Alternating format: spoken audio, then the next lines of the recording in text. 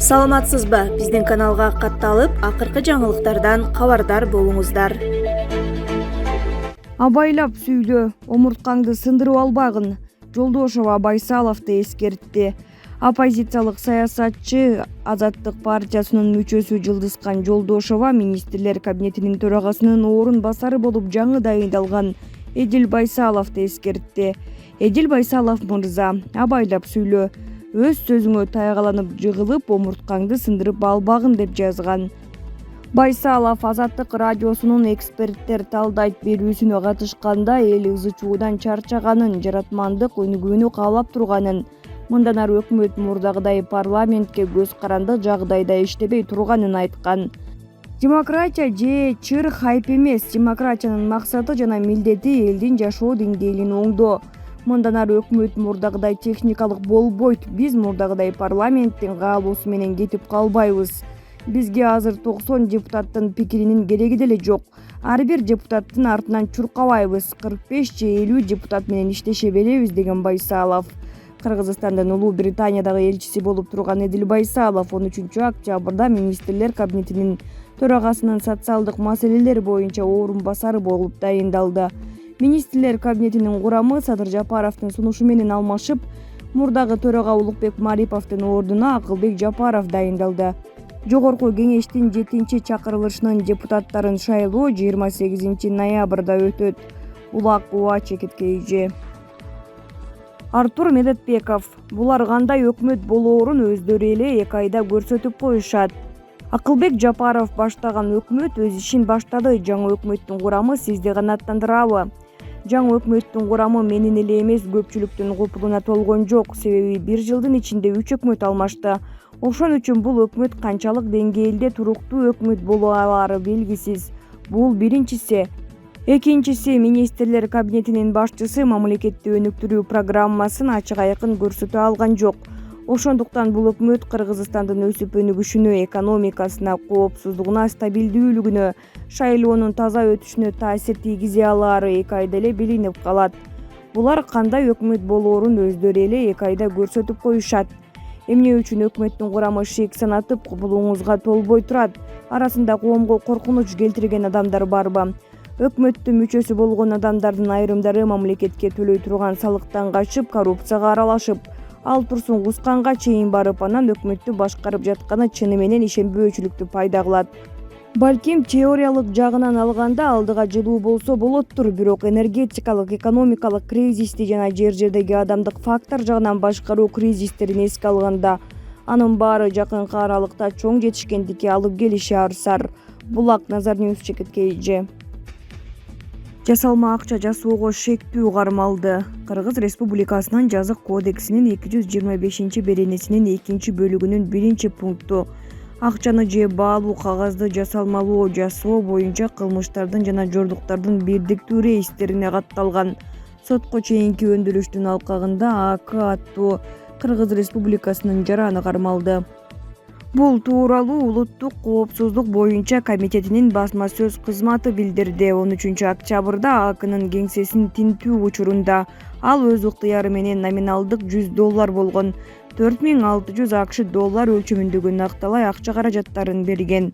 Бул материалдар боюнча соттук техникалык экспертиза дайындалды. Кармалган жаран УКМКнын убактылуу кармоочу жайына киргизилди. Бардык жагдайларды аныктоо жана күнөөлүүлөрдү кылмыш жоопкерчилигине тартуу боюнча керектүү чаралар көрүлүүдө. Булак ПК чекиткейи.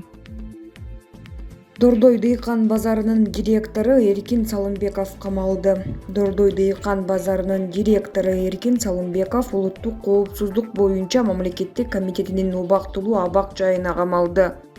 Бул тууралуу 1-май райондук соту билдирди. Анын бөгөт чарасы 6 декабрга чейин белгиленди.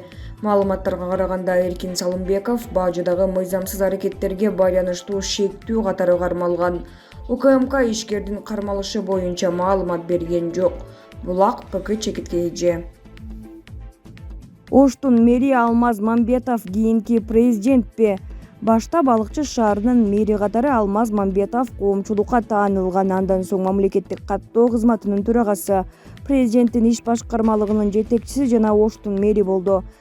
Кыска аралыкта жогорку кызматтарды аркалап, кээде хайп жаратып элдин талкуусунда келатат. Негизи билими, тажрыйбасы дурус эле. Такшалуунун үстүндө десек жаңылбайбыз.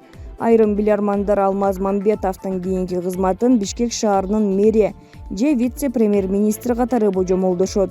Оош кыйыш заманда камчы колдосо президенттик тактыга да секиришин айтышып, көшөгө артындагы чоң сценарийдин бышып жатканын каңкуулашууда. Төлгө таш төп түшөбү же? Булак Азия News гезити. Орусия 300 000 мигрантка мунапыс берди. Тизмеге кимдер кирет? Орусия бийлиги мурда кирүүгө тыюу салынган 300 000 мигрантка кайтып келүүгө уруксаат берди. Алар Тажикстан менен Өзбекстандын жарандары экенин Россия Федерациясынын Мигранттар Федерациясынын башчысы Вадим Коженов өзүнүн YouTube каналында айтты. Узакка созулган сүйлөшүүлөрдөн кийин Орусиянын бийлиги Өзбекстандын 150 000, Тажикстандын 150 000 жаранына миграциялык мунапыс берди. Ошол эле учурда ал кайсы беренелер боюнча мыйзам бузган мигранттарга кечирим берилгенин так айткан жок. Шаршемби күнү Өзбекстандын Орусиядагы элчилигинин баракчасына мыйзам бузган 158 000 жаранга өлкөгө кайтып келүүгө уруксаат берилгендиги тууралуу маалымат чыккан. Анда Орусиянын аймагынан соттун чечими аркылуу чыгарылган өзбекстандыктар бул тизмеге илинбегени айтылган.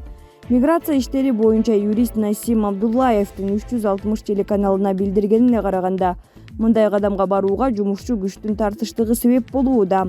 Курулуш жана айыл чарба тармактарында иш токтоп калды. Ошондой эле ал бизнестин иши жүрбөй жаткандыктан мигранттарды кайтарып келүү үчүн болгон аракеттер жумшалып жатканы кошумчаланды. Кызыгы 10 жылга чейин өлкөгө кирүүгө тыюу салынган мигранттарга жаңы жеңилдик берилди. 10 жыл мамлекет тарабынан берилген өтө оор жаза, деди Абдуллаев. Буга чейин мигранттарга Орусияда жүрүү жана жарандык алууну жеңилдетүү каралып жатканы айтылган. Булак Назар News чекиткейи.